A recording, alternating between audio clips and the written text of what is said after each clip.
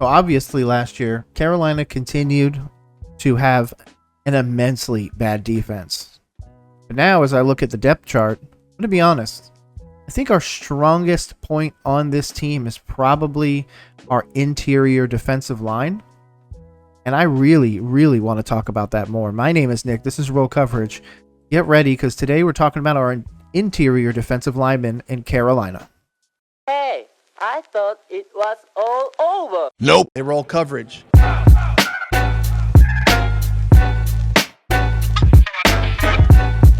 Yeah, obviously I said that. I said that arguably the strongest point that this team has, meaning our 2025 Carolina Panthers, is going to be the interior defensive line.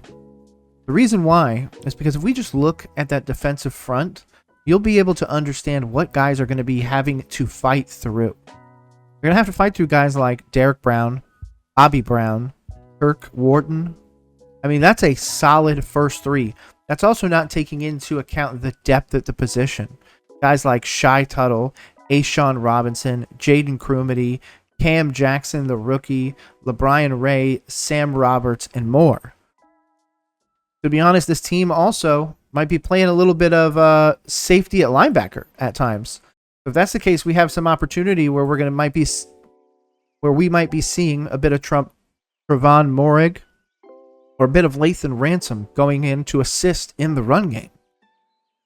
I don't know how you guys are going to be able to get past Derek Brown, Bobby Brown, and Turk Wharton on top of the guys that are going to be brought in on the edge and everything like that. There's not going to be any place for these running backs to go.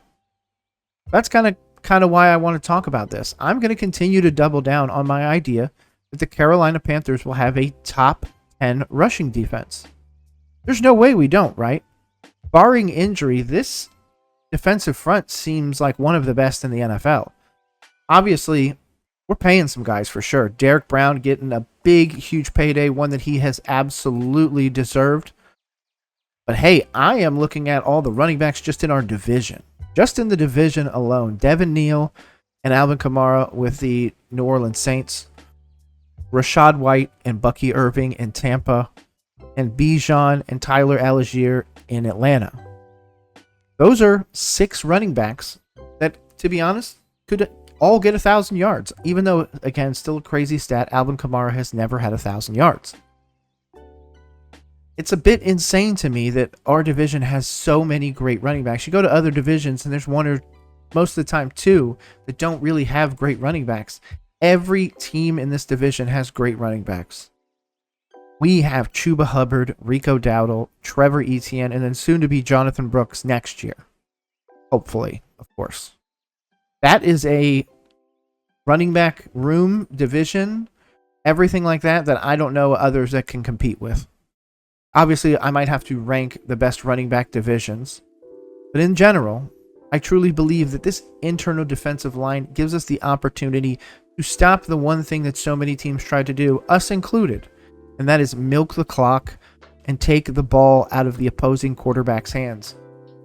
Now, obviously, depending on our scheme, we might want to be out there throwing the ball quite a bit, and we could turn ourselves into the Cincinnati Bengals of the South, where we are just trying to shell teams in an attempt to win 37-35. If that's the case, then obviously this defensive line is going to be able to eat as well. We're going to see situations where this defensive line is truly asked to go pin their ears back and go get them. Now you're not just dealing with an internal defensive line that you can't stop or that your running backs can't get past, but you're also dealing with the pass rushers in Scorton, in Uman Mielen, in Roseboom, Wallace. Again, we're going to see Moehrig. We're going to see Ransom. All of these guys are going to be given an opportunity to go get the quarterback. And that interior defensive line is really where it starts. I don't think getting past Derek Brown, Bobby Brown, and Turk Wharton could be done with a truck, let alone by a running back. So it is going to be crucial for our internal defensive line to continue to squeeze that position. If that's the case, we're going to have to start seeing the ball go over the top or over the middle of the field. Obviously, if we're going on the outside, I've got J.C. Horn, I've got Mike Jackson, I've got some opportunities and some people that can help us. To be honest, Chow Smith-Wade has been looking pretty awesome too. But regardless, if we're squeezing the field, if we're getting Ransom, if we're getting Morig, all these guys involved, this defense could quickly turn into an immense strength for Carolina. But I want to know your thoughts.